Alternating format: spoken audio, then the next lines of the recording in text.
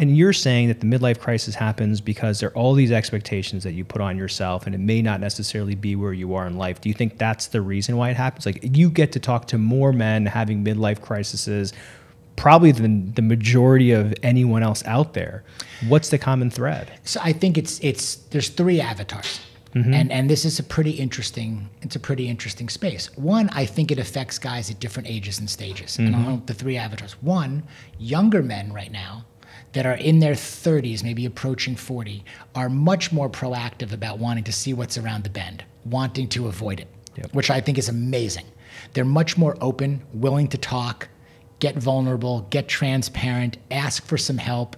Now, okay, maybe they've seen the dad or the boss or other things that they don't want to fall into that trap of crisis. So I love that avatar, and I'm seeing so many more of those younger men, and I think that's fantastic. And I think that alone will continue to shift the tide into not seeing midlife as a crisis, but avoiding it altogether in greater percentages. The second avatar are these guys that are right smack in the middle of it.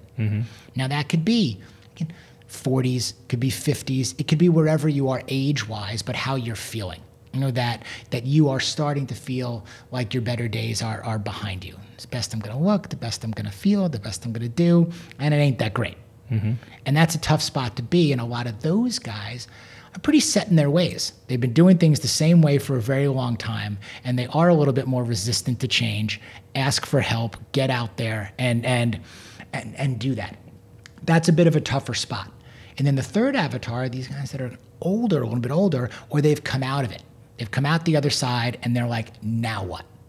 Hey, I've got the finance box kind of checked. I'm like, but I wanna lose some weight. I wanna get some energy back. I want to dress a little better. I actually want to stop taking 15 meetings a day because I don't have to anymore. But how do I even convey that message to my team? How do I stay as a leader? Or how do I show up better as a husband and father? Those are really the three avatars. And I think each one of them requires a different approach. So that's where I also feel like in this, there has to be a framework that everybody can use. And when you start applying the rules that everybody can use, and they can look in the mirror themselves and figure out what their answers are, they can take the experiences, they can take the advice, but they can really figure out what they want to do with it. I think that's where you have success. I want to take another deep dive into it, right? So let's say I'm approaching 45 years old, and I agree with you. Midlife crisis happens for different men based upon the phases they've already and their experiences they've had previously. But what are some of the feelings that men start experiencing going into it? And then maybe even describe what are the feelings they have while they're in it. And then even describe what are the feelings or what are the things they do in order to get out of it. Conformity is one of them. They're going through the motions, the same thing day in and day out. They're getting up. They're racing out the door. They're going to work. They're climbing that ladder. And they're repeating the cycle every day. And the norm has become maybe getting in, being the first one in, being the last one out, missing certain key pivotal events that are going on in life, maybe letting themselves go so it's 5 pounds overweight one year, which becomes 10 pounds another. The drinks after work, the 18 holes on the weekend that becomes 27 holes, whatever it may be. It's that conformity. And because so many other men are doing it too. They're all doing this in there. And then there's that redundancy of doing the same thing day in and day out over time. So that conformity, that redundancy, and then that complacency where it becomes okay, this is what we do. And I'm doing it for all the right reasons. I'm a provider, which automatically by default makes me a good husband and a good father. And that stuff gets confusing, in gray. And all of a sudden, you don't feel appreciated as much, professionally or personally. And you don't have the same connection at home. And that starts you falling into kind of crisis mode over time. And I think it's a slow drip. And I think a lot of these guys, they look for attention, they look for appreciation, they look for validation. And then you start to find it elsewhere. And that's a slippery slope. So misery loves company. So is it the expensive cars, the shiny new cars, the girlfriends, that a lot of this validation, or I want to be seen? Is that really what the I think emotional need? I think a lot of the stereotypes are true that are there. I think there's the misery loves company thing. There's the guys that just like to talk amongst themselves about this is how things are, and a little bit of the, the pity party that we have. And I think there are a lot of guys that are asking for permission to do certain things. And that's an interesting area where the relationships are not on equal footing, if you will. And they feel like they work so hard during the day that then they come home and it's like, I don't want to fight another battle. Over here, so they start giving in, and then there's that loss of pride in a way, and you just feel like, okay, now like I'm grinding it all day, and then I get home and it gets harder, and then we go to the weekend, and we've got this dinner that we need to go to, and the guys are sitting at one end of the table, and the wives are sitting at the other end of the table, and we drink a little bit too much, and then we wake up the next morning, and we don't feel that great because we don't recover like we used to, and it's repeat, repeat, repeat. And it's a couple of vacations a year, a couple of cars in the driveway, a couple of tuitions, there's a lot of keeping up with whoever those Joneses are, and the appearances of all of it, and that just becomes incredibly draining, and you start to feel tired. I did. You start to feel tired, and you start to feel this kind of malaise that sets in. And that's really what mediocrity looks like. And you realize, wait a minute, like this, I'm mediocre. This is kind of who I am, and this is what I do, and this is how I am. And this is not what I thought 40 or 45 was going to look like. This was not what I thought fatherhood was going to look like. This was not what I thought my relationship was going to look like. Or the business. And I don't even know how I got into this business to begin with. And now I've been here 20 years.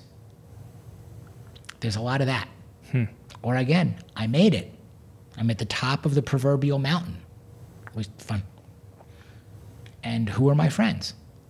And what are my hobbies? And what are my passions? And am I divorced at this point? And what cost did it come at?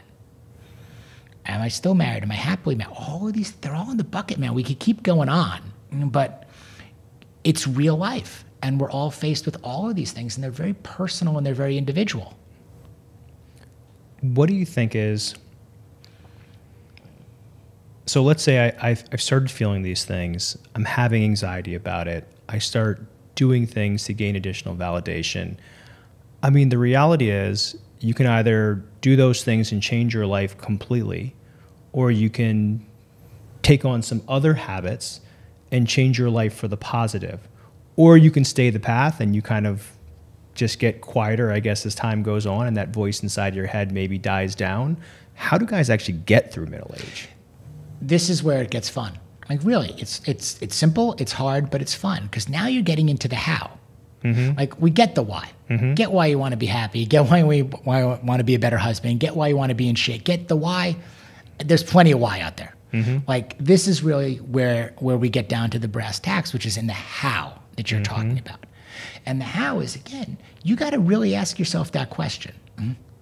Is this the way I want to continue to live my life, or do I want to start to make changes? And then how am I going to make those changes? And just like anything else, if you go 0 to 100 in a car, you're going to blow the engine. If you go 100 to 0, you are going to fry the brakes. So we have to start making one better decision, one better choice at a time. And it is as simple as, hey, if you're drinking 7 Diet Cokes a day, swap one of them out for water. If you've been getting out of bed in the morning and just ignoring your wife, and taking it for granted, it takes an extra second to give your wife a kiss good morning. Go for a walk, see the sunshine, leave your office to go see your kid's game instead of missing it. You start making the better choice the majority of the time, the majority of your life gets better. And you can't be afraid to do that. And we need support, and we need to talk about that, whether that's a coach, whether that is a therapist, whether that's an accountability partner, whether that's a group, whether that's listening to a podcast like this. Or there's so much great information that's out there from really, really bright guys that have ways of doing things. Start listening to smarter people whose lives you emulate, and also your life will get better also. So it really isn't like a switch goes off in your head and you go from being depressed and sad about middle age, having your crisis, to all of a sudden being a different person, what you're basically saying is that there are all of these small incremental shifts that you make very intentionally in order to set your path a different way. Absolutely. You're stacking these daily little wins. You're going from a series of losses and feeling like you're literally living in consecutive losses to how can I start stacking little wins? And that term's picking up a lot of momentum, but it is very, very true. How can I gain incrementally? And what does consistency really look like? And I say to me all the time, oh, but you're consistent, or I'm not really consistent. It's like, yes, you are very consistent. You're just consistently making the wrong choices. We're all consistent. We want to start shifting to being consistently making better choices. So is it a flip of the switch? Not like you're going to flip the switch and one day you're going to go from bad to good or from good to great or anything. However, today is the day you start. You will get to a point where, okay, something's wrong. I need to make a change. You're there. You're at that tipping point where you say, okay, I know I need to do something. I always say, today is the day you start. The time is always now. There's one thing you can do. Like right here, there will never be a perfect time.